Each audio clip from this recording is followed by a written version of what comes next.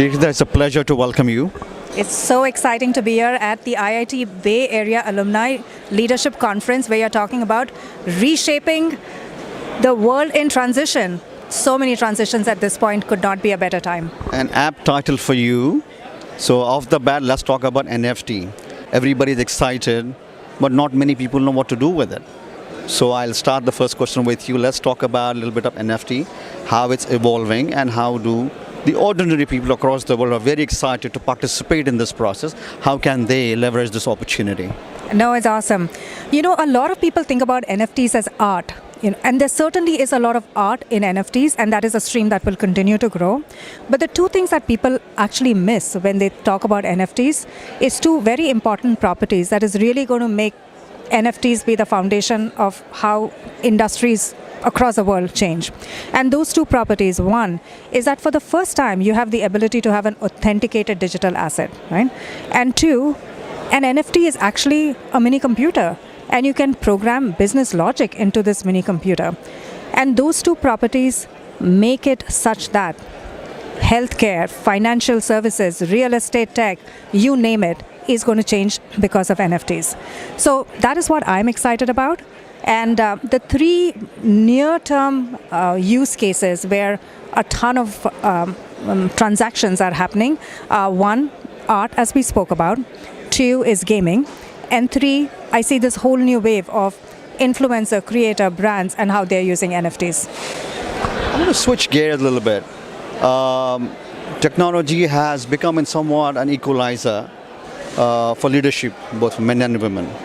We don't see that beyond technology.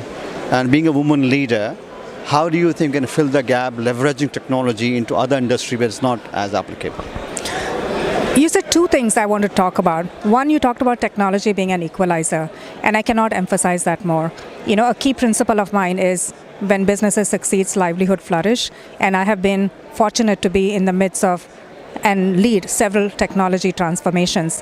One of my favorite stories when I was leading Facebook in India, as you know, I was employee number one for Facebook in India and built that business for 6 years, was when the founder of a fast food chain, Kalandar, she came up to me and she said, Kirthiga, my cooks, they don't know how to read and write, but they know how to use the phone and they know how to use Facebook.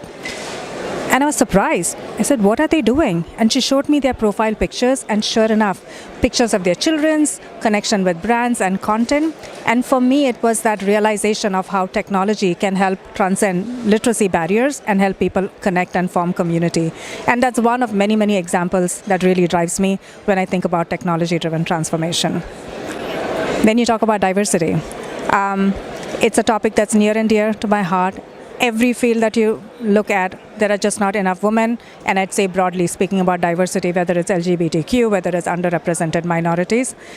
And if we are going to build human-centered, ethical, innovative products, we really need to have representation at every level of who is building it and for whom they're building it. So I think there's a real imperative and a call for action here. And sitting here in the IIT community, I'm actually delighted to see the numbers and how they're shifting in the engineering colleges. But of course, we are also seeing the phenomena that at the entry level, you have an equal workforce, there's a steep mid-career drop-off. It's one of the things that I'm actually, in addition to my Web3 company, I'm making it one of my life's mission to help women pursue both thriving careers as well as ambitious family goals. To build on that, there's two different groups. The bigger group says we need a lot more opportunities for women, and they put it with equal force. There's another group, and they say, why do we even have to distinguish that? Men, women, doesn't really matter. They should all have a seat at the table. And I'm not taking any sides, everybody to his own. But how do you think we can balance that? Because I don't like two extremes also. I was in a panel 2 days ago where the first question was, why are you talking men, women? That's actually becoming a friction point, and that's causing diversity challenge. And my counter back to you is when you look at the 10% of the people leading Fortune 500 companies being women, you know that that's not the case. I will stop talking about it when we have 50% or anywhere close to it. Until then, we know that we have a challenge and we need to do something about it. My last question is on leadership. Okay, leaders have to evolve. It's an ongoing process of learning and growing.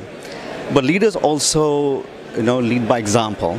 Okay, for me, it has always been finding the people who are better than you, but actually empowering them to do things that are much better than what you can do.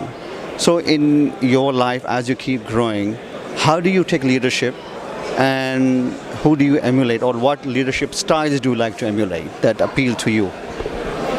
It's a great question. And I learned early on in my career that building great businesses is about one, people, two, culture, and then business results.